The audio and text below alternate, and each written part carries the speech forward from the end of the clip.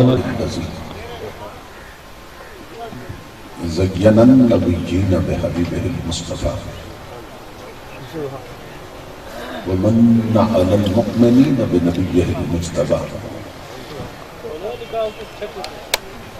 الصلاة والسلام على سيدنا ومولانا محمد خير البراء وعلى آله وأصحابه المتأدبين بالتقوى أما بعد فأعوذ بالله السميع العليم من الشيطان اللعين الرجيم بسم الله الرحمن الرحيم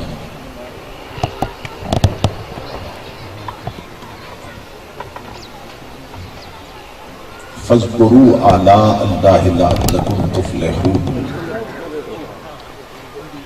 صدق الله مولانا العظيم إن الله وملائكته يصلون على النبي يا أيها الذين آمنوا صلوا عليه وسلموا تسليما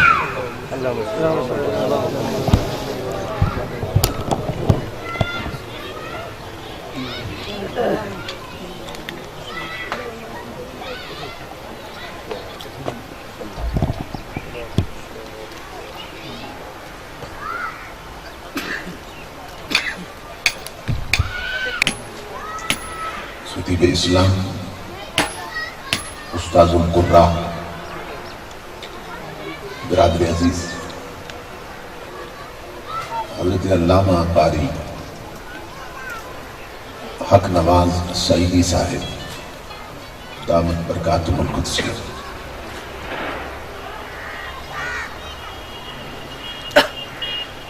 برادر محترم جناب غلام نبی بخش صاحب، برادر محترم حاجی اسماعیل صاحب، برادر عزیز محترم یاسین صاحب، دیگر معزز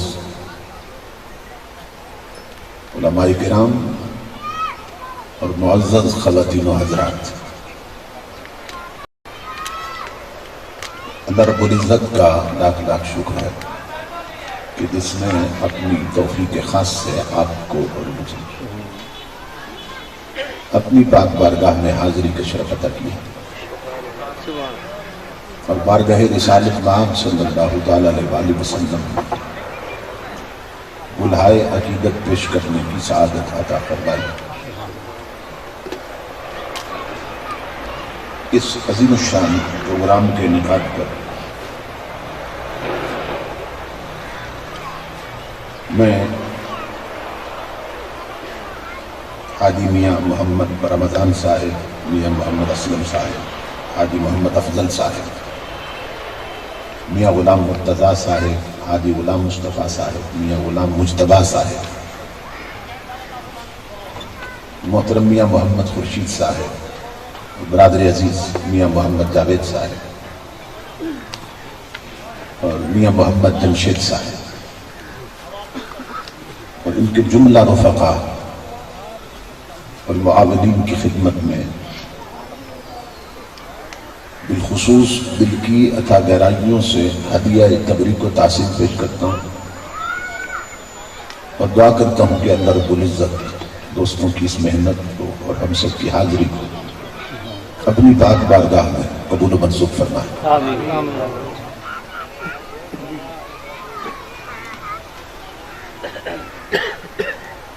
میں بار دیگر برادر عزیز میاں محمد جمشید صاحب کو شکر گزار ہوں کہ جن کے تبسم سے تاریخ کا تعین ہوا اور میں اس پاکیزہ مجلس تک پہنچا ہوں۔ خوش بخت اور خوش نصیب ہوتے ہیں وہ لوگ جنہیں اللہ رب العزت اس طرح کی پاکیزہ مجالس میں حاضری کا شرف عطا کرتا ہے۔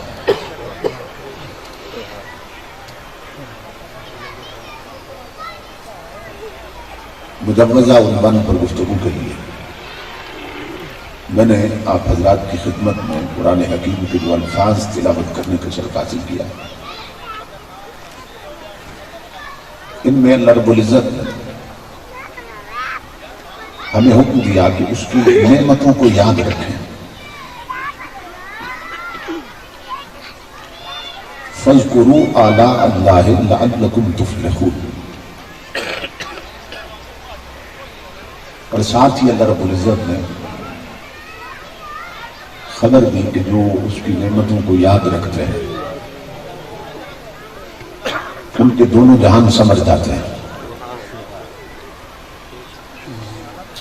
یہ جو فرمایا نا لعلکم تفلحون، تاکہ تم فلاح پا جاؤ۔ علماء لغت کہتے ہیں کہ عربی زبان میں دونوں جہانوں کی کامیابی پہ دلالت کرنے والا فلاح سے بہتر کوئی لفظ نہیں ہے۔ اللہ رب العزت خبر دے رہا ہے کہ جو لوگ اس کی نعمتوں کو یاد رکھتے ہیں، اس کی نعمتوں کا ذکر کرتے ہیں، تو ایک ایسے راستے پہ چل پڑتے ہیں کہ ان کے دونوں جہان سمجھ جاتے ہیں۔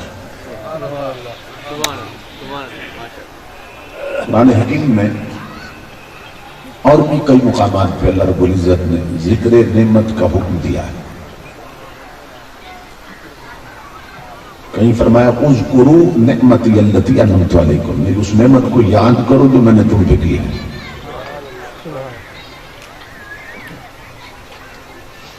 کہیں اللہ رب العزت نے فرمایا وَأَمَّا بِنِعْمَةِ رَبِّكَ فَحَدِّثْ،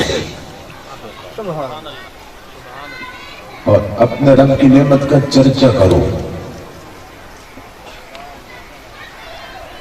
تو کہیں ذکر نعمت کا حکم دیا اور کہیں تحدیث نعمت کا حکم دیا۔ نعمتوں کو یاد رکھو، نعمتوں کا ذکر کرو، نعمت کا چرچا کرو۔ یہ بات اللہ رب العزت کو اتنی پسند ہے کہ نبی اکرم صلی اللہ تعالیٰ علیہ وآلہ وسلم فرماتے ہیں کہ ان اللہ یحب ان یرا اثر نعمتہ علی عبدہ۔ اللہ رب العزت اس بات کو پسند کرتا ہے کہ بندے کے جسم پر اپنی نعمتوں کا اثر دیکھے۔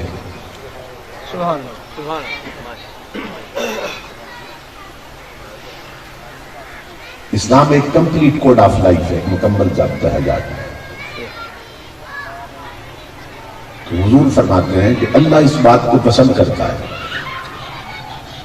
اپنے بندے کے جسم پر اپنی نعمتوں کا اثر دیکھے، یعنی اس کے رہن سہن سے، اس کے لباس سے، اس کے اٹھنے بیٹھنے سے یہ معلوم ہو کہ اسے اللہ نے نواز رکھا ہے۔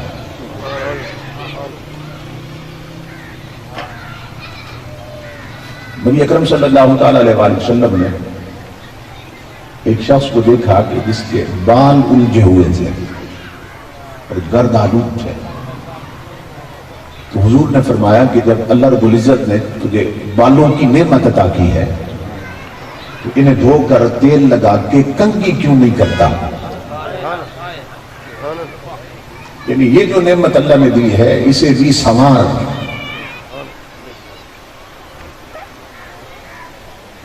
ایک خاتون حضور کی بارگاہ میں حاضر ہوئی تو حضور نے پوچھا کہ شادی شدہ ہے یا بیوہ ہے؟ اس نے عرض کیا رسول اللہ شادی شدہ ہوں۔ تو فرمایا تو ہاتھ بیوہ جیسے کیوں بنا رکھے؟ جب شادی شدہ ہے تو پھر مہندی کیوں نہیں لگاتی؟ ہمارے بعض جاہلوں نے، نادانوں نے اسلام کو ہوا بنا دیا کہ شاید اسلام میں ان چیزوں کا تصور نہیں ہے۔ جتنی وسعت اسلام میں ہے اور جتنا حسن اسلام میں ہے کسی اور مذہب میں نہیں ہے۔ ام المومنین حضرت عائشہ صدیقہ فرماتی ہیں رضی اللہ تعالیٰ کہ حضور کو جب لوگ ملنے آتے ہیں وفود کی شکل میں، آپ فرماتے عائشہ آئینہ لاؤ اور کنگھی لاؤ۔ سبحان اللہ۔ علیہ السلام کنگھی منگواتے، آئینہ منگواتے اور پھر عطر منگواتے، خوشبو منگواتے. اور کبھی اگر آئینہ نہ ملتا تو پھر حضور پانی کے مٹکے کے پاس چلے جاتے، اس کی چپنی اٹھاتے اور اندر جھانکتے حضور پانی میں، اور اپنا عکس مبارک دیکھ کے نہ پھر اپنی پگڑی مبارک کو سیدھا درست کرواتے. سبحان اللہ، داڑھی مبارک پہ ہاتھ. سبحان اللہ. نعرہ تکبیر، اللہ اکبر. رسالت، یا رسول نعرہ اللہ، رسالت، یا رسول نعرہ اللہ، رسالت. یا رسول اللہ. سبحان سبحان اللہ. تو میں نے عرض کیا یا رسول اللہ، لوگ ملنے آتے ہیں تو آپ بھی یہ کرتے ہیں؟ امام الانبیاء نے فرمایا واللہ جمیل و یحب الجمال. عائشہ میرا رب بھی حسین ہے اور حسن کو پسند کرتا ہے. سبحان اللہ. بعض لوگوں نے گندا مندہ رہنا اسی کو فقیری سمجھا ہوا ہے کہ جو 6 سال غسل نہ کرے نا، کہتے ہیں یہ پہنچا ہوا فقیر ہے. اس سے بھی گندا کوئی ہے؟ اللہ اللہ. اس سے بھی کوئی غلیظ ہے کہ جو غسل ہی نہیں کرتا؟ اب یہ ہمارا مزاج بن چکا ہے، کیونکہ دین سمجھا نہیں ہے، اسلام کی خبر نہیں ہے. تو جس کے آدھے کپڑے اترے ہوئے وہ کہتے ہیں یہ آدھا بن گئے، جس کے پورے اترے اس پہنچا ہوا نہیں ہے.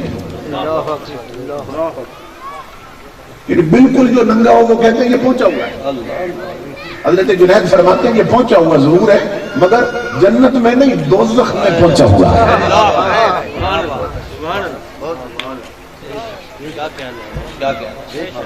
شریعت کو سمجھنا ہے. مجھے خوشی ہے کہ ماں بہن بیٹی کے بھی تشریف فرما.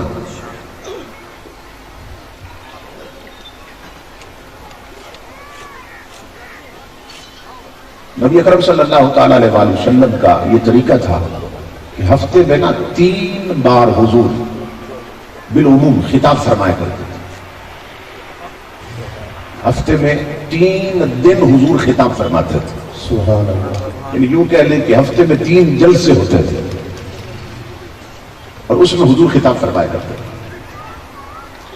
اور طریقہ یہ ہوتا کہ ہفتے میں 2 دن عورتوں سے خطاب فرماتے تھے. سبحان اللہ. یہ میری مائیں بہنیں بیٹیاں سنیں، ہفتے میں 2 دن عورتوں سے خطاب فرماتے تھے اور 1 دن مردوں سے خطاب فرماتے تھے.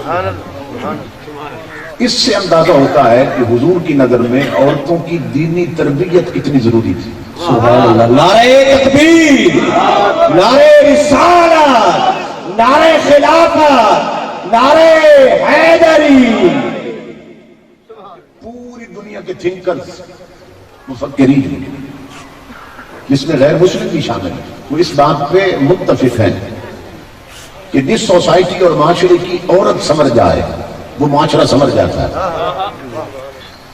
اور جس کی عورت بگڑ جائے وہ معاشرہ بگڑ جاتا ہے. اور اللہ رب العزت نے عورت کا مزاج ایسا بنایا کہ اسے اگر غلط ماحول مل جائے تو بہت جلدی بگڑ بھی جاتی ہے، اور اچھا ماحول مل جائے تو بہت جلدی سمر بھی جاتی ہے. آج میں نے اپنی ماؤں بہنوں بیٹیوں کو بھی کچھ سمجھا کے دے دینا ہے، اس لیے بڑی توجہ سے میری گزارش سنیں. اللہ رب العزت نے فرمایا کہ اس کی نعمتوں کا ذکر کیا جائے، اس کی نعمتیں ظاہر ہوں. سبحان اللہ. اب ایمان سے بچائیں کہ اچھا بنگلہ ہو، کوٹھی ہو، یہ بھی اللہ کی نعمت ہے کہ نہیں؟ سبحان اللہ. زمینیں ہوں، جائیداد ہوں، اللہ کی نعمت ہے کہ نہیں؟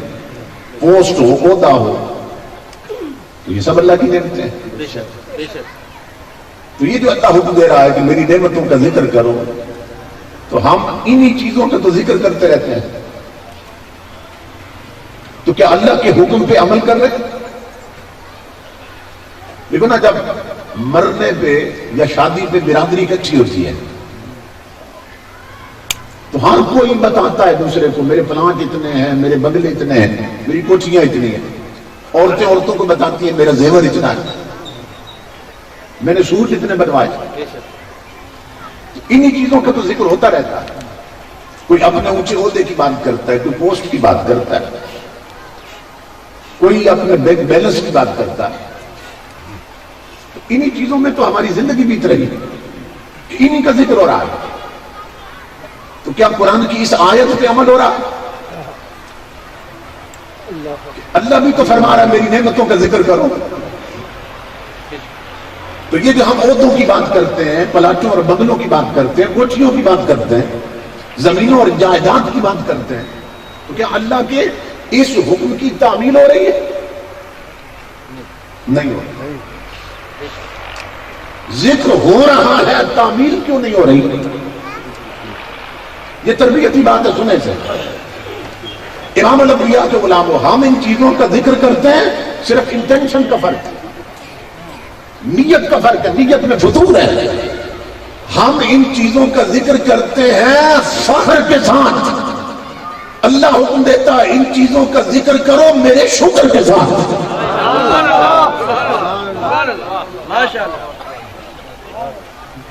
فخر کے ساتھ نہیں, کبر کے ساتھ نہیں, تکبر کے ساتھ نہیں. اللہ فرماتا ہے ان چیزوں کا ذکر کرو شکر کے ساتھ. سبحان اللہ, کیا بات ہے.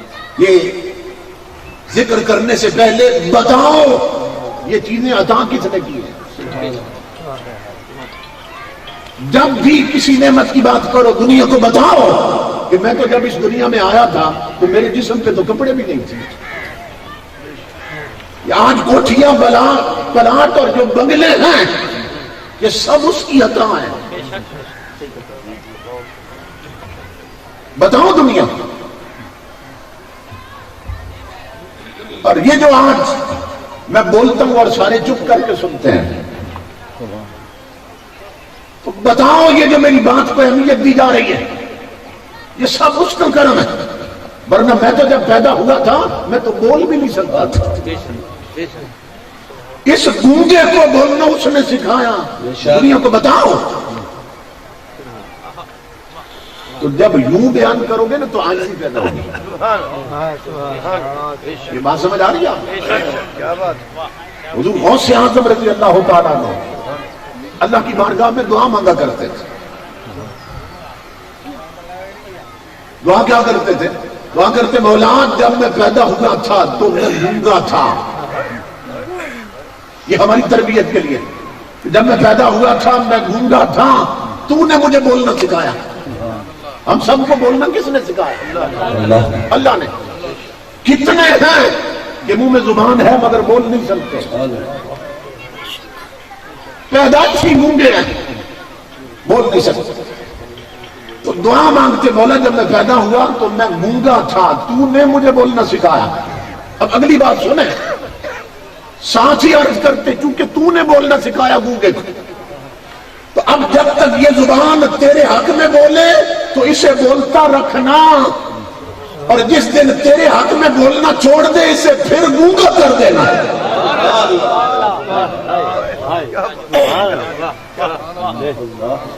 بتایا جا رہا ہے نعمتوں کا ذکر یوں کرتے ہیں. ہماری کیا حیثیت؟ امام الانبیاء کے غلام ہوں, اس دنیا میں آئے تو جسم پہ کپڑے نہیں, اور اس دنیا سے نکلیں گے اس وقت اللہ رب العزت نے فرمایا اب اسے سفید لٹھے کے کفن میں لپیٹ دو. یہ بھی کتنا فضل ہے ہم پر تیرا رب کریم, یہ بھی کتنا فضل ہے ہم پر تیرا رب کریم کہ برہنہ پیدا ہوئے ملبوس دفنائے گئے. سبحان اللہ. نعرہ تکبیر, نعرہ رسالت, نعرہ خلافت, نعرہ حیدری, علماء اہل سنت, پروفیسر محمد عمر فیض قادری صاحب. یہ بھی کتنا فضل ہے ہم پر تیرا رب کریم, برہنہ پیدا ہوئے ملبوس دفنائے گئے. توجہ طلب بات ہے. حکم دیا یہ جو فوت ہو گیا اسے غسل بھی دو, اسے کفن بھی پہناؤ, پھر اسے خوشبو بھی لگاؤ. اور جب قبر میں دفن کرو تو اس کا رخ کر دو قبلے کی طرف. سوال یہ ہے کہ اگر موت مٹا دیتی ہے تو جس معاشرے میں زندہ لوگ پانی کے لیے ترستے ہوں، اگر مرنے والے کو موت مٹا گئی تو اس پہ پانی ضائع نہیں کرتا. بعض علاقے ایسے ہیں پھل کے کہ جہاں عورتیں 10-10 کلومیٹر سے پانی بھر کے لاتی ہیں بیچاری، مٹی کے گڑھے اٹھاتی ہیں، سر پہ رکھتی ہیں. تو جہاں زندہ لوگ پانی کے لیے ترستے ہیں، اگر مرنے والے کو موت مٹا گئی اور مرنے پہ بات ختم ہو گئی تو اس پہ پانی کیوں ضائع کرتے ہیں؟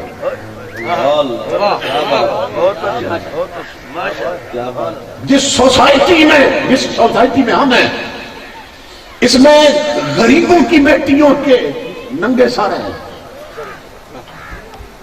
جسم ننگے ہیں. جس معاشرے میں زندہ لوگ کپڑے کو ترستے ہوں، اگر مرنے والا مٹ گیا اس پہ کپڑا ضائع کیوں کر رہے ہیں؟ 22 گز لٹھے کا کفن کیوں ضائع کر رہے ہو؟ اور میں اس پہ بھی ایک نقطہ عرض کروں، میں حیران ہوتا ہوں جب میں کچی آبادیوں میں جاتا ہوں نا، تو جھگیوں سے، کچے مکانوں سے غریبوں کی بیٹیاں نکلتی ہیں. ان کے جسم بھی ننگے ہوتے ہیں، سر ننگے ہوتے ہیں. اور جب اسلام آباد اور بڑے شہروں کو دیکھتا ہوں تو وہاں بنگلوں اور کوٹھیوں سے امیروں کی بیٹیاں نکلتی ہیں، امیروں کی بیٹیاں، ان کے سر بھی ننگے ہوتے ہیں اور آدھے جسم ننگے ہوتے ہیں.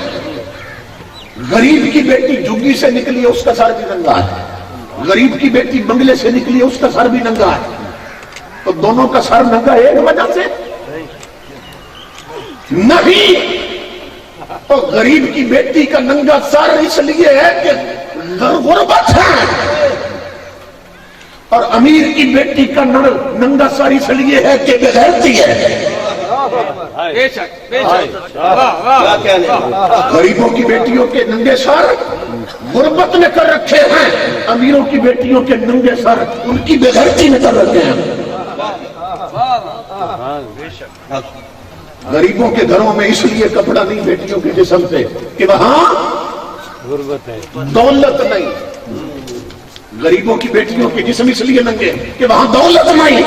اور آج بازاروں میں امیروں کی بیٹیوں کے جسم اس لیے ننگے ہیں کہ ان بغیرتوں کے پاس غیرت نہیں.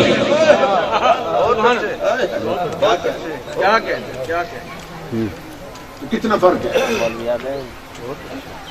امام الانبیاء کے غلاموں، سوچنے کی بات یہ ہے، اگر موت مٹا گئی تو پھر کیوں اس پہ لٹھے کا کفن ضائع کر رہے ہیں؟ شریعت کو حکم میت کو خوشبو بھی لگا رہے ہیں. اگر موت مٹا گئی کیوں خوشبو لگا رہے ہو؟ یہ توجہ طلب بات ہے. مگر اللہ کا حکم ہے اسے غسل بھی دو، اسے نیا لباس بھی پہناؤ، اسے خوشبو بھی لگاؤ، اسے قبر میں دفن کرو تو رخ کر دو قبلے کی طرف. کیوں؟ کہ تم نے تو مٹی ڈال کے پلٹ جانا ہے گھروں کو، اور تھوڑی دیر بعد اس کی قبر میں میرے مصطفیٰ نے تشریف لایا. سبحان اللہ، سبحان اللہ، اللہ اکبر. نعرہ رسالت، نعرہ رسالت، نعرہ رسالت، نعرہ حیدری. تم نے تو پلٹ آنا ہے، تم تو مٹی ڈال کے پلٹ آؤ گے. اس کا رخ کر دو قبلے کی طرف قبر میں رکھ کر. کیوں؟ کہ اسی طرف سے تو یار نے آنا ہے. جو حفیظ جلندری مرحوم ہے نا، جنہوں نے پاکستان کا قومی ترانہ لکھا ہے، انہوں نے اپنی پوئٹری میں ایک سوال کیا تھا. حضرت شاہ نصیر الدین نصیر نے اس کا جواب دیا. سوال یہ کیا تھا حفیظ نے کہ جہاں قطرے کو ترسایا گیا ہوں، وہیں ڈوبا ہوا پایا گیا ہوں، سپرد خاک ہی کرنا تھا مجھ کو، تو پھر کاہے کو نہ لایا گیا. حفیظ کہتا ہے میرے یارو، میرے دوستو، اگر مجھ پہ مٹی ہی ڈالنی تھی تو غسل کیوں دیے تھے؟ پھر لٹھے کا نیا لباس کیوں پہنایا اگر مٹی ڈالنی تھی؟ تو پھر کاہے کو نہ لایا گیا؟ حضرت شاہ نصیر گولڈنی کہتے ہیں میں بتاتا ہوں کیوں نہ لایا گیا، کیوں نہیں لباس، کیوں؟ اس لیے کہ نظر بعالم پاکیزگی پڑے ان پر، نظر بعالم پاکیزگی پڑے ان پر، مسافران نے لحد اس لیے نہا کے چلے، اور نصیر ان کے سوا کون ہے رسول ایسا جو بخشوانے کو آئے تو بخشوا کے چلے؟ نعرہ تکبیر، نعرہ رسالت، نعرہ خلافت، نعرہ حیدری، علماء اہل سنت، حضرت علامہ پروفیسر محمد عمر فیض قادری صاحب، سبحان اللہ، کہ نظر بعالم پاکیزگی پڑے ان پر، مسافران نے لحد اس لیے نہا کے چلے۔ تو امام الانبیاء کے غلام ہو، اللہ فرماتا ہے تم ان نعمتوں کا ذکر تو کرتے ہو مگر کبرن کرتے ہو، فخرن کرتے ہو، ان چیزوں کا ذکر کرنا ہے تو شکرن کرو۔ بتاؤ دنیا کو میں آیا تھا دنیا میں تو میرے جسم پہ کپڑے نہیں تھے، آج جو میرے سوٹ لٹکے ہیں نا درجن سوٹ سے، یہ سب اس کی عطا ہے۔ تو یوں نعمتوں کا ذکر کیا جاتا ہے۔ اللہ رب العزت نے فرمایا فَاذْكُرُوا آلَاءَ اللَّهِ لَعَلَّكُمْ تُفْلِحُونَ، میری نعمتوں کا ذکر کرو شکر کے ساتھ تاکہ فلاح پیدا ہو۔ آج صورتحال یکسر مختلف ہے۔ شادیوں پہ جب برادری اکٹھی ہوتی ہے، عورتیں عورتوں کو اپنا لباس اور زیور دکھاتی ہیں اور مرد مردوں کو اپنا لباس دکھاتے ہیں۔ آپ نے دیکھا ہوگا بعض خامد بھی اپنی بیگم کو کہہ دیتے ہیں کہ پوری برادری نے اکٹھے ہونا ہے تو جتنا زیور ہے سب پہن کے جانا ہے، اور ایک ایک انگلی میں عورتوں نے 2 انگوٹھیاں چڑھا رکھی ہوتی ہیں نمائش کے لیے، دوسروں کو دکھانے کے لیے۔ ہم جب چھوٹے تھے تو ایک ابھی اتنا عرصہ نہیں بیتا، ایک ہی سوٹ میں 3 دن گزر جاتے تھے شادی کے۔ لیکن اب یہ ہے کہ تیل مہندی کے لیے الگ سوٹ ہے، رسم مہندی کے لیے، اور بارات کے ساتھ الگ، اور پھر ولیمے کے لیے الگ۔ کپڑوں کی نمائش ہو رہی ہے۔ گلا تو ایک ہی ہے نا، گردن تو ایک ہی ہے، اس میں 3 ہار لٹکا رکھے ہوتے ہیں عورتوں نے، برادری کو دکھانا تاکہ باقی سب نیچے لگے ہم اونچے آئے۔ ہمارے سامنے ہر کوئی غریب نظر آئے، ہم سب سے امیر نظر آئے۔ امام الانبیاء کیا فرماتے ہیں؟ سنو میری ماں بہنوں بیٹیوں، اپنی انٹینشن بدلو۔ میرے آقا فرماتے ہیں من لبس ثوب شہرت البسہ اللہ ثوب الذل یوم القیامہ۔ میرے آقا فرماتے ہیں جس نے برادری میں لوگوں میں شہرت کے لیے لباس پہنا، قیامت کے دن پوری دنیا کے سامنے میرا رب اسے ذلت کا لباس پہنا دے گا۔ لباس ہی ایسا ہوگا کہ وہ قیامت کے دن ذلیل ہو جائیں گے لباس پہنے۔ تو ہم کپڑوں سے بڑا بنتے ہیں۔ حضرت شیخ سعدی فرماتے ہیں میں نے کتنے قیمتی انسان دیکھے جن کے جسم پہ لباس نہیں تھے۔ سبحان اللہ، سبحان اللہ۔ میں نے کتنے قیمتی انسان دیکھے جن کے جسم پہ کپڑے نہیں تھے، اور کتنے قیمتی کپڑے دیکھے جن کے اندر انسان نہیں تھے۔ نعرہ تکبیر، اللہ اکبر، نعرہ رسالت، نعرہ رسالت، نعرہ رسالت۔ کپڑوں، کوٹھیوں، بنگلوں پہ اور بینک بیلنس پہ ناز اور فخر کرنے والوں، یہ سنو، نہ قالینوں میں ہوتی ہے نہ دستاروں میں ہوتی ہے، بشر کی آبرو کچھ اور معیاروں میں ہوتی ہے۔ انسان اپنے کریکٹر سے بلند ہوتا ہے، نہ کردار اگر شریعت کے سانچے میں ڈال جائے تب انسان بلند ہوتا ہے، پھر اس کی بلندی کو فرشتے بھی نہیں پہنچ سکتے۔ حضرت نظام الدین دہلوی رحمت اللہ تعالی علیہ، کسی نے ان کے سامنے کہہ دیا حضرت کاش میں فرشتہ ہوتا، جلال میں آ گئے، فرمایا نادان، میرے رب نے تجھے اونچا بنایا، نیچے کیوں آنا چاہتا ہے؟ دیکھو نا ہماری سوسائٹی میں دیکھتے ہیں جو بہت شریف ہو، کہتے ہیں یہ تو جو فرشتہ صفت انسان ہے، فرشتہ کہہ دیتے ہیں، مگر جو جانتے ہیں انسانیت کا مقام کیا ہے، ان کا کہنا یہ ہے کہ فرشتہ مجھ کو کہنے سے میری تحقیر ہوتی ہے، فرشتہ مجھ کو کہنے سے میری توہین ہوتی ہے، کیوں؟ میں مسجود ملائک ہوں، مجھے انسان رہنے دو، میں مسجود ملائک، میں فرشتہ نہیں ہوں، میں تو اس آدم کی اولاد ہوں جسے فرشتوں نے سجدہ کیا۔ تو حضرت نظام الدین فرمانے لگے رب نے اونچا بنایا، نیچے کیوں آنا چاہتا ہے؟ اس نے عرض کی حضور طلب اس لیے پیدا ہوئی، کاش فرشتہ ہوتا تو پھر آسمانوں کی سیر کرتا، پہلے آسمان پہ جاتا 7ویں تک، کیونکہ وہ فرشتوں کے مقامات، تو میں اوپر جاتا۔ آپ نے فرمایا لگتا ہے تو ابھی محمد عربی کا غلام نہیں بنا، تجھے طلب ہے کہ میں اونچا جاتا فرشتہ ہوتا تھا، اور بس سن اللہ کی عزت کی قسم، صرف جبریل فرشتوں کا سردار ہے، سب نوریوں کا ہیڈ ہے جبرائیل امین۔ فرمایا میں نے محمد عربی کی غلامی کر کے دیکھی ہے، اور جبریل کی پرواز مکان تک ہے، نظام الدین لا مکان تک جاتا ہے۔ سبحان اللہ، اللہ اکبر، نعرہ رسالت۔ اب اپنے نبی کے دیوانے ہاتھ اٹھا کے، اب اپنے نبی کے، اب اپنے نبی کے، نجپال نبی کے، نجپال نبی کے، غمخار نبی کے، اب نور نبی کے، نعرہ رسالت۔ تو ساری عزتیں ساری عظمتیں تو حضور کی غلامی سے ملتی ہیں، اپنے آپ کو دہلیز مصطفیٰ پہ فنا کر تن سے من تک اندر سے باہر تک محمد عربی کے غلام بنو، پھر دیکھو کیا مقام نصیب ہوتا ہے۔ کیونکہ میری مائیں بہنیں بیٹیاں بیٹھی ہیں اور وقت مختصر ہوتا جا رہا، میں ان کی تربیت کے لیے عرض کرنے لگا ہوں۔ کبھی تمہارا مقام یہ تھا، ایک کتاب ہے دلائل الخیرات شریف،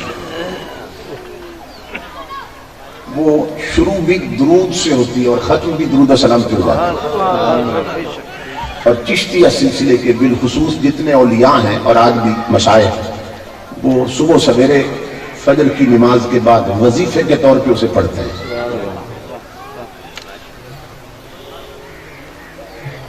اس کے جو رائٹر ہیں وہ حضرت شیخ محمد بن سلیمان الجزولی رحمت اللہ تعالی، بہت بڑے اللہ کے ولی تھے، بہت بڑے عالم، انہوں نے وہ کتاب لکھی۔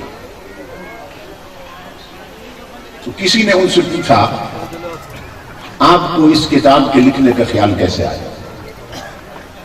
ایک ایسی کتاب لکھ دی جو ساری درود سے ہی بری ہوئی ہے۔ آپ نے فرمایا کہ میرے ساتھ ایک واقعہ پیش آیا تھا، تو وہیں کھڑے کھڑے میں نے یہ قسم کھائی تھی کہ اب ایسی کتاب لکھوں گا جو ساری درود سے ہی بھری ہوگی۔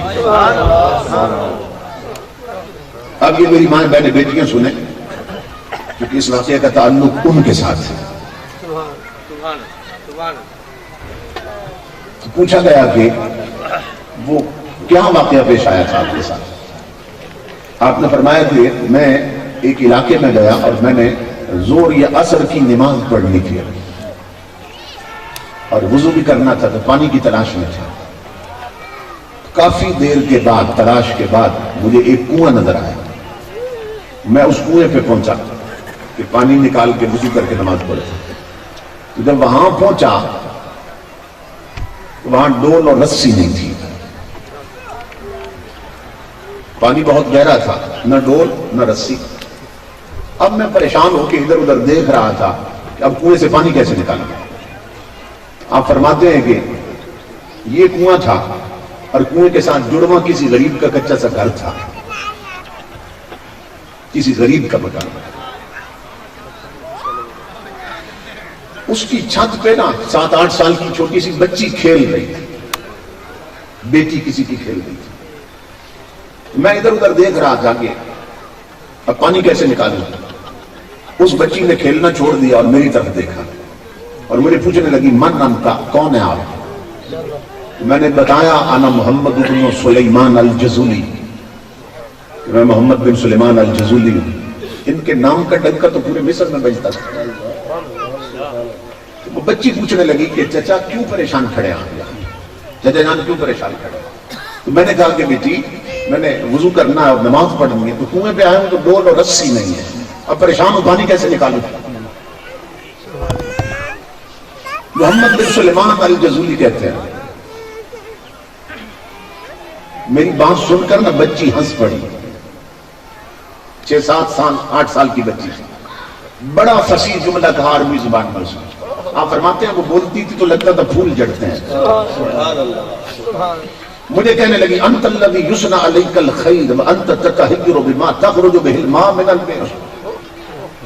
کہنے لگی چچا بڑے افسوس کی بات، تیری ولایت کے ڈنکے بستیوں میں بج رہے ہیں اور کنویں سے پانی بھی نہیں نکلتا.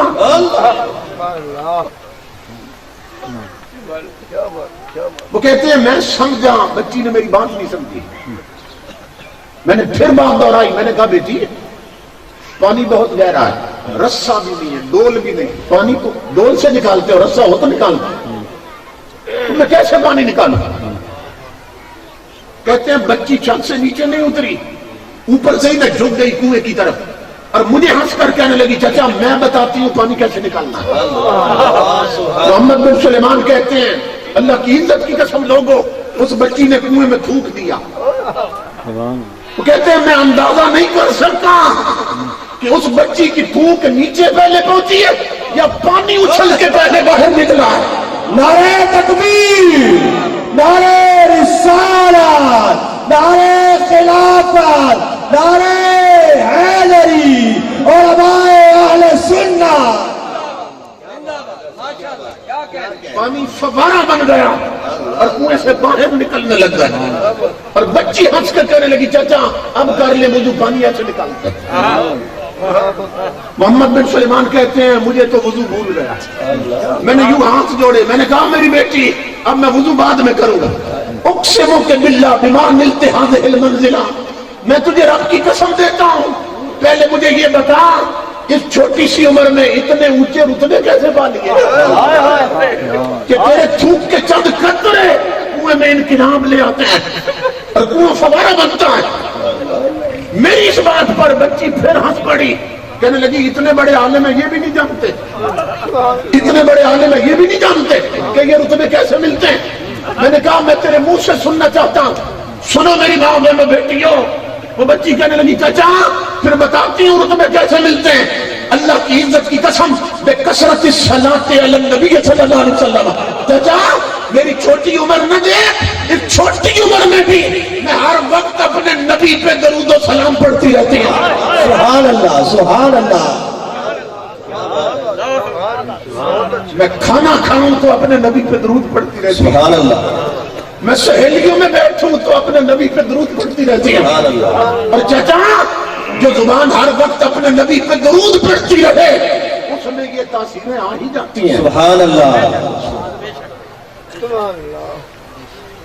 اب کر لیں وضو. محمد بن سلیمان کہتے ہیں میں جب وضو کے لیے جھکا نا پانی کی طرف، کنواں فوارہ بنا ہوا تھا. بچی نے پھر مجھے آواز دی، کہنے لگی چچا جانتے ہیں وہ کون ہے جن پر درود پڑھ کے یہ رتبے ملتے ہیں؟ میں نے کہا میں جانتا تو ہوں لیکن لگتا ہے پہچانتی انہیں تو زیادہ ہے. میں تیرے قربان جاؤں بیٹی، تو بتا وہ کون ہے. کہتے ہیں بچی نے پھر پھول جاڑے اپنے منہ سے اور مجھے کہنے لگی چچا وہ ہیں کہ اذا مشى في البر الاكثر تعلقت الوحوش باذياله، کہ وہ اتنے کریم نبی ہیں اگر جنگل میں بھی چلے جائیں نا تو وحشی درندے جاڑیاں چھوڑ کر ان کے دامن رحمت سے لپٹ جاتے ہیں. سبحان اللہ.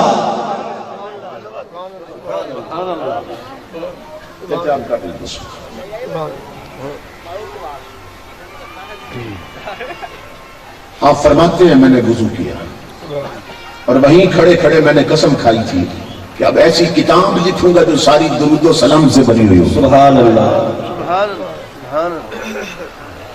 یہ کتاب ملتی ہے بازار میں، یہ ضیاء القرآن پبلیکیشن والوں نے جو چھاپی ہے وہ حضور ضیاء الامت کی سرپرستی میں چھپی ہے، اس میں غلطیاں نہیں ہیں۔ اگر میری مائیں بہنیں بیٹیاں خریدنا چاہیں یا بھائی یہ کتاب خرید کر بہنوں کو گفٹ دیں، خاوند اپنی بیگمات کے لیے یہ تحفے لائے کریں، سبحان اللہ، رومانٹک ناول نہ دے انہیں، فلمی میگزین نہ دے انہیں یہ کتابیں پڑھائیں۔ میں سرگودا کے علاقے میں خطاب کر رہا تھا تو کئی بزرگ رو رہے تھے پھوٹ پھوٹ کے، جیسے ابھی رو رہے تھے۔ تو یہ واقعہ میں نے بچی کا بیان کیا تو بعد میں مجھے بزرگ ملے، مجھے فرمانے لگے کہ بیٹا آپ اس بچی کی بات کر رہے تھے، میں یہ سوچ کے رو رہا تھا کہ اس کی ماں کیسی ہوگی، سبحان اللہ، کیونکہ یہ رنگ تو ماؤں سے چڑھتے ہیں بیٹیوں پر، کہ جس کے گھر کی 7 سال کی بچی کا مقام یہ ہے اس کی ماں کا درجہ کیا ہوگا۔ میری ماں بہنوں بیٹیوں، اگر بیٹیوں ٹچ موبائلوں پہ گانے سنیں اور مائیں میک اپ کر کے ننگے چہرے لے کر بازاروں میں پھریں تو پیدا ہونے والی نسلیں ڈسکو ڈانسر بنتی ہیں، بے نماز بنتی ہیں، رب رسول کی بانی بنتی ہیں۔ اور اگر مائیں تہجد گزار ہوں، باپ پرہیزگار ہو، ماں کے سامنے فلمی ناول نہیں مصطفیٰ کا قرآن کھلا رہتا ہو تو پیدا ہونے والے بچے کوئی احمد سعید کاظمی بنتا ہے، کوئی میر علی شاہ بنتا ہے، کوئی غریب نواز بنتا ہے۔ سبحان اللہ، نعرہ تکبیر، نعرہ رسالت، نعرہ حیدری، وہ فیضان کرم حضور غزالی زمان، وہ فیضان کرم حضور غزالی زمان۔ کہ یہ رنگ تو ماں سے چڑھتے ہیں، اگر مائیں مسلح کی زینت بن جائے، اگر مائیں شمع محفل نہ بنے چراغ خانہ بن کے رہیں، ان کی جولی میں پھر ایسے ثبوت جنم لیتے ہیں۔ انڈیا میں جلسہ ہو رہا تھا، حیدرآباد دکن میں ایک ہندو عورت تقریر کر رہی تھی، اور جب عورت تقریر کر رہی ہو نا تو اگلی صفوں میں سب جوان ہوتے ہیں اسٹیج کے قریب۔ اس نے سوال کر دیا، مسلمانوں مجھے ایک بات کا جواب دو، 14 صدیوں میں تمہارے اندر صرف ایک حسین آیا ہے، دوسرا حسین کیوں نہیں آیا؟ امام حسین کی بات رضی اللہ تعالیٰ، کسی نے جواب نہیں دیا۔ وہ سمجھی کہ ان کے پاس جواب نہیں ہے، میں انہیں شرمندہ کروں مسلمانوں کو۔ اس نے تھوڑی دیر کے بعد پھر یہی سوال داغ دیا، مسلمانوں جواب دو، 14 صدیوں میں صرف ایک حسین کیوں پیدا ہوا ہے؟ پھر کوئی نہیں بولا۔ اس نے تیسری بار جب سوال کیا نا تو جوان تو کوئی نہیں ہوتا، پیچھے کونے میں ایک بزرگ بیٹھے تھے، کھڑے ہو گئے، جن کی آنکھوں میں حسن مصطفیٰ کا جلوہ تھا، سبحان اللہ، جن کے سینے میں عشق نبی کا سمندر تھا، سبحان اللہ، کھڑے ہو گئے۔ آواز دی، ہندو بیٹی تو نے سوال بڑا عجیب کیا کہ 14 صدیوں میں صرف ایک حسین کیوں آیا؟ تو فرمایا اس کا جواب سن، جواب یہ ہے حسین آ سکتا ہے، فاطمہ جیسی ماں نہیں رہی۔ سبحان اللہ، حسین آ سکتا ہے، علی جیسا باپ نہیں ملتا۔ اگر باپ پبوں اور کلبوں میں بیٹھے بازاروں میں آوارہ گردی کریں اور مائیں گھر میں بیٹھ کر انڈیا کی فلمیں دیکھیں تو پیدا ہونے والے رب رسول کے بانی بنتے ہیں۔ اور اگر مائیں مسلح کی زینت بن جائیں اور ان کی زبان پہ ہر وقت مدینے والے پہ درود رہے تو پیدا ہونے والی نسل غازی اور نمازی بنتی ہیں۔ سبحان اللہ، سبحان اللہ، ماں باپ سے چڑھتا کیا ہے۔ بات ہے، کیا بات ہے۔ اس لیے میری ماں بہنوں بیٹیوں، اپنے کردار کو بدلو، اپنے گھر کے ماحول کو بدلو، اپنے انداز زندگی بدلو، کہ یہ جو کلچر ہم اڈاپٹ کر رہے ہیں، یہ انگریزوں کا کلچر، یہ ہندوؤں کا کلچر، یہ دوسروں کی تہذیب و تمدن، یہ ہمارا الیکٹرانک میڈیا اور پرنٹ میڈیا، یہ 24 گھنٹے بے حیائی مسلط کر رہا ہے، اس نے ہماری منزلیں گم کر دی ہیں۔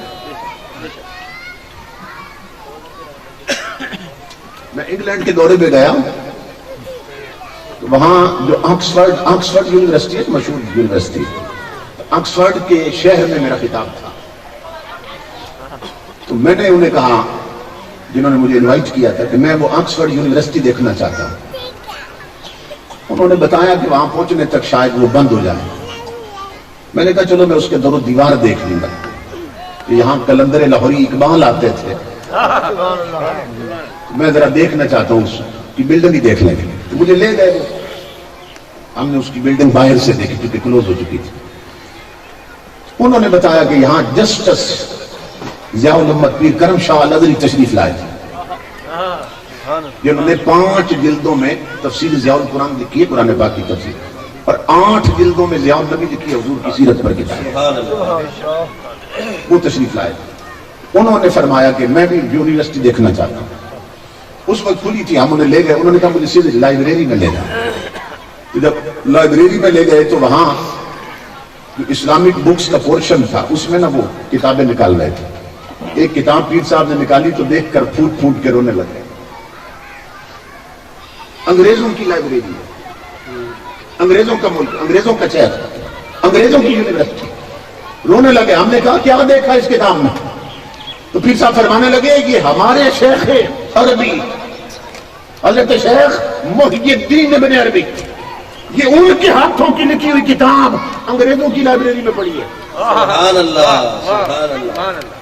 اور میں برمنگھم یونیورسٹی میں گیا تو وہاں شیخ عربی پہ پی ایچ ڈی ہو رہا ہے. ان کو چیزیں لکھ رہے ہیں انگریز. ہمارے ینگسٹر اور یوتھ اور نئی نسل نہیں جانتی شیخ عربی ہیں کون. ان کی کتابیں یورپ کی یونیورسٹیوں میں پڑھائی جا رہی ہیں. اقبال رویا تھا اسی پر, کلندر لاہوری.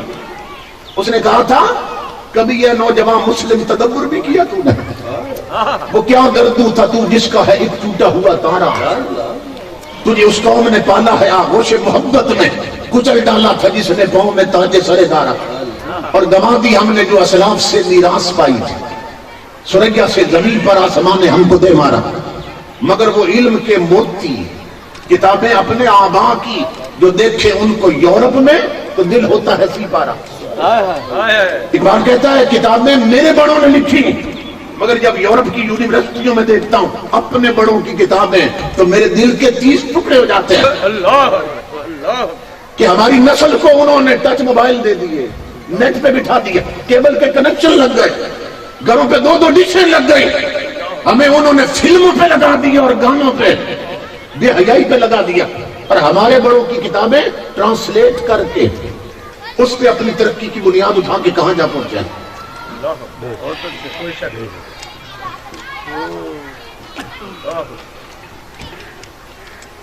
مگر وہ علم کے موتی کتابیں اپنے آبا کی, وہاں ان کی کتاب پڑھی حضرت شیخ محی الدین ابن عربی. اور یہ ہیں کون؟ بات لمبی ہو جائے گی.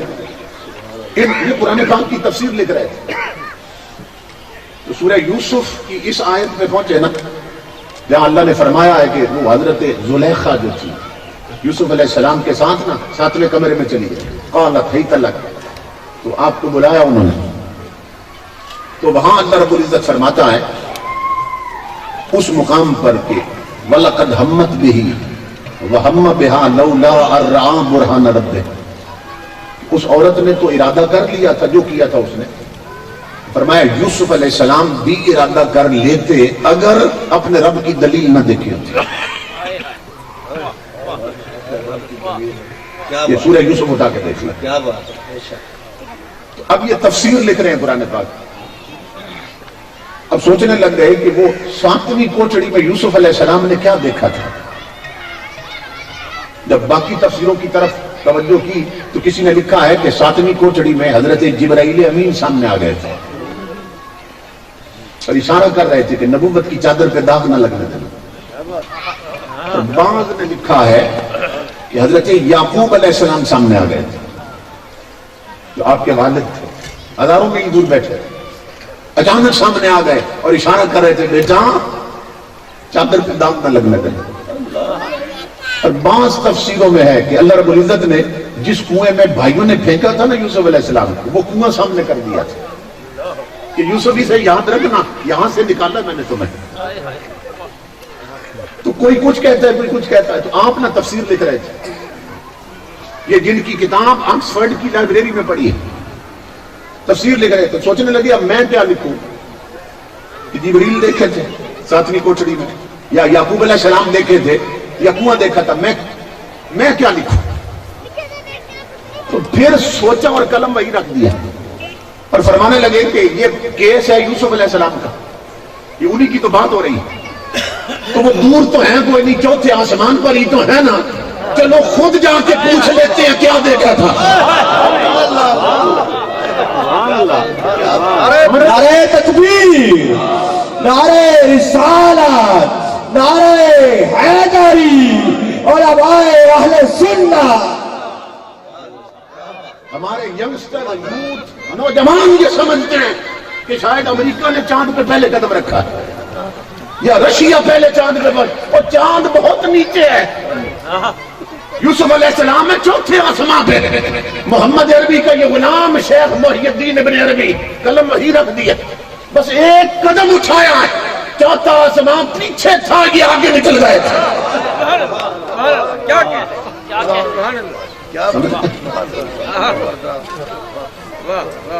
امام الانبیاء کے غلاموں، یہ ان کے پاس چاند گاڑی کہاں سے آئی تھی؟ یہ وہی چاند گاڑی ہے جسے ہم نے گھر کی الماری میں بند رکھا ہے، جس کو قرآن کہتے ہیں، اور ہم رومانٹک ناول پڑھ رہے ہیں، فلمی میگزین پڑھ رہے ہیں۔ ہماری نئی نسل لڑکے ہیں یا لڑکیاں ٹچ موبائلوں پہ بیٹھی ہیں اور اپنی پرواز ختم کر بیٹھے ہیں۔ تو میری ماں بہنوں بیٹھی ہو، ان جلسوں کا مقصد یہ ہے اپنا کانٹا بدلو، اپنا رخ کرو حضور کی شریعت کی طرف۔ سبحان اللہ، بے شک بے شک۔ اگر ان جلسوں کا یہ مقصد نہیں تو پھر کچھ مقصد نہیں۔ 5 وقت کی نمازی بن جاؤ، سب سے ضروری چیز ہے کہ عورتیں اپنا لباس حضور کی شریعت کے مطابق بنائیں۔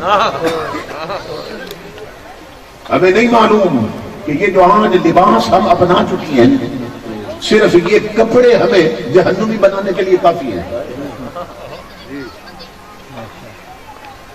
صحابہ کہتے ہیں ہم نے منبر پہ سنا اللہ کا رسول فرما رہا تھا، کہتے ہیں تاجدار کائنات نے فرمایا منبر پر، لانا رسول اللہ الرجل صلی اللہ علیہ وسلم یلبس لبسۃ المرأۃ والمرأۃ تلبس لبسۃ الرجل۔ امام الانبیاء منبر پہ فرما رہے تھے میری امت کے ان مردوں پہ لعنت ہو جو عورتوں کی شکل و صورت بناتے ہیں، اور میری امت کی ان عورتوں پر لعنت ہو والمرأۃ تلبس لبسۃ الرجل۔ آقا نے فرمایا میری امت کی ان عورتوں پر لعنت ہو جو مردوں جیسی شکل و صورت بناتی ہیں۔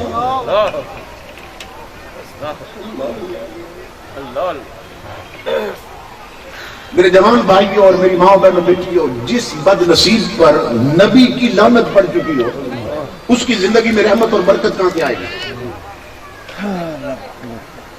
آج صورتحال یہ ہے کہ مرد عورتوں کی طرح لباس پہننے لگ گئے اور وضع قطع بنا لی، اور عورتیں مردوں کی طرح لباس پہننے لگ گئیں اور وضع قطع بنا لی۔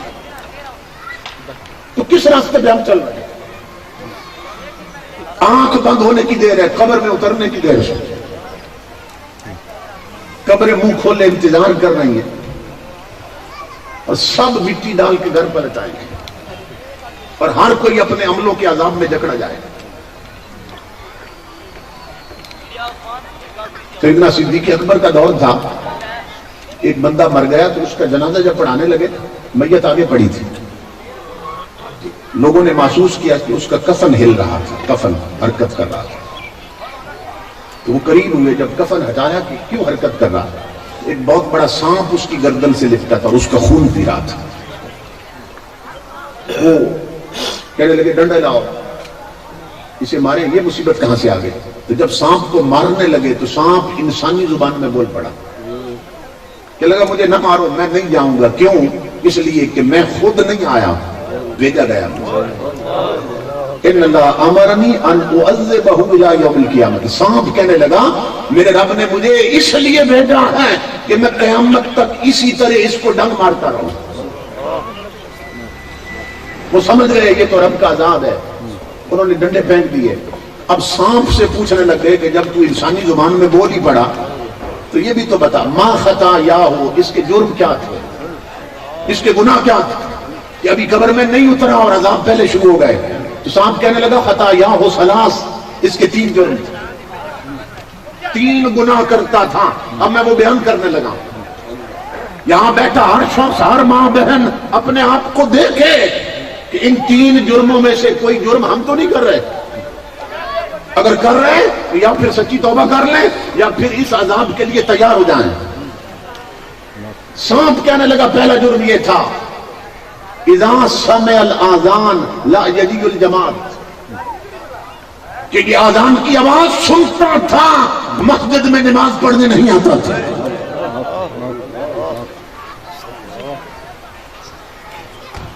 آج کتنے لوگ ہیں جن کے کانوں میں آذان کی آواز آتی ہے مگر نماز پڑھنے نہیں جاتے؟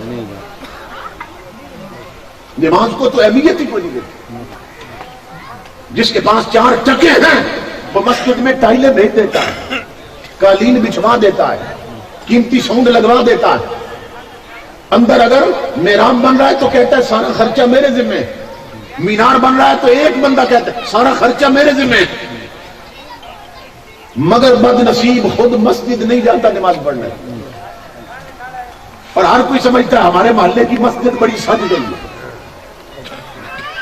یہ یاد رکھو، یہ مسجدیں ہماری نظر میں سجی ہوئی ہیں، مدینے سے آواز آ رہی ہے، مسجدوں کی زینت قیمتی قالین نہیں ہوتے، قیمتی ساؤنڈ سسٹم نہیں ہوتا، قیمتی ٹائلیں نہیں ہوتی، اور مسجدوں کی زینت نمازیوں کے جھکے ہوئے سر ہوتے ہیں۔ سبحان اللہ، بے شک بے شک۔ مسجدوں کی زینت تلاوت کرنے والی زبانیں ہوتی ہیں، مسجدوں کی زینت اس داتا کی بارگاہ میں منگتوں کے اٹھے ہوئے ہاتھ ہوتے ہیں۔ بے شک بے شک۔ مسجدیں ویران پڑی ہیں۔ میرے ابا جی رحمت اللہ علیہ فرمایا کرتے تھے، ایک وقت تھا مسجدیں کچی تھی مگر نمازی بڑے پکے تھے۔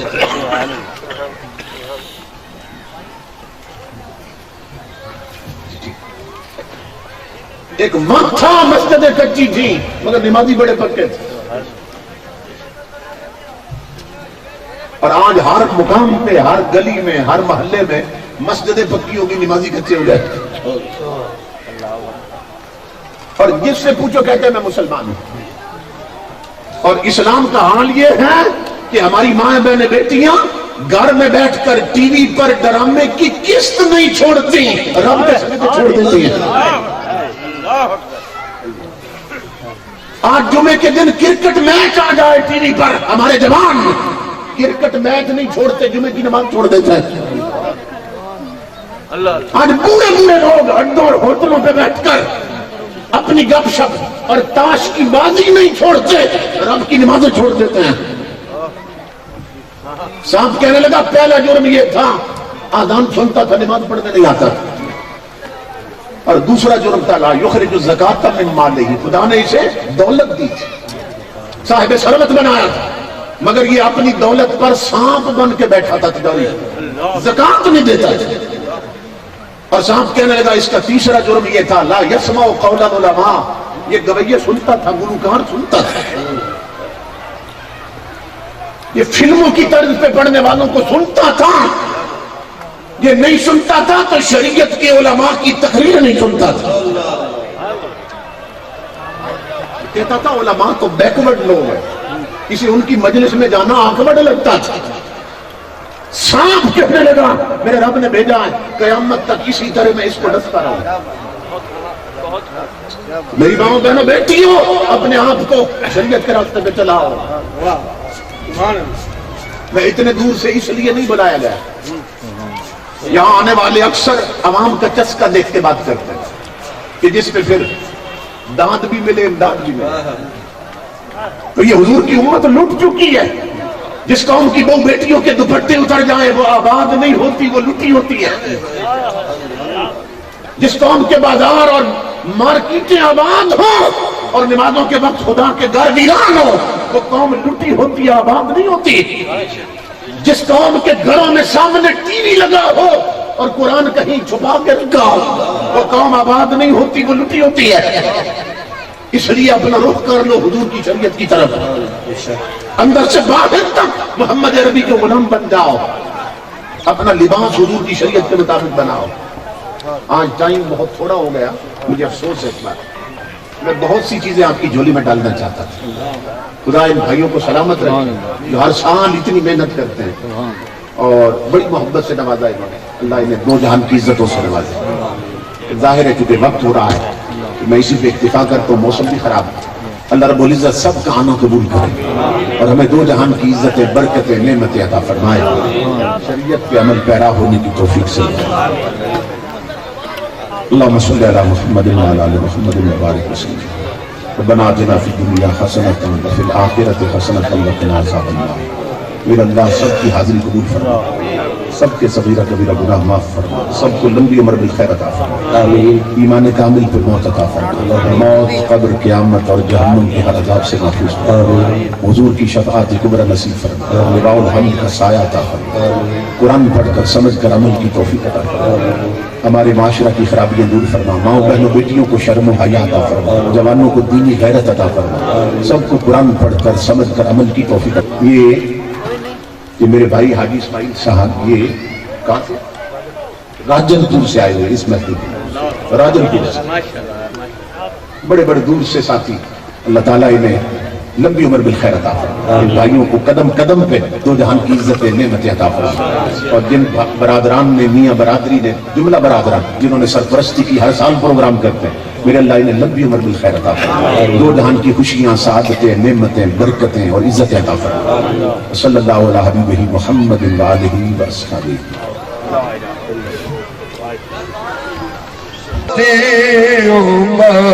تیری قسمت پہلا ہو سلام مصطفیٰ جان رحمت پہلا شاہ دل کی ہر ادا تو سلام یا نبی سلام علیکہ یا رسول سلام علیکہ ستارہ قبول۔ اللہم صلی وسلم علی سیدنا ومولانا محمد وعلى آل محمد وبارک وسلم صلی علیہ۔ ربنا آتنا فی الدنیا حسنة وفی الآخرة حسنة وقنا عذاب النار۔ یا رب العالمین اس محفل کو اپنی بارگاہ میں قبول کے منظور فرما، یا اللہ ہم سب کا سلام پر اپنی بارگاہ میں قبول فرما۔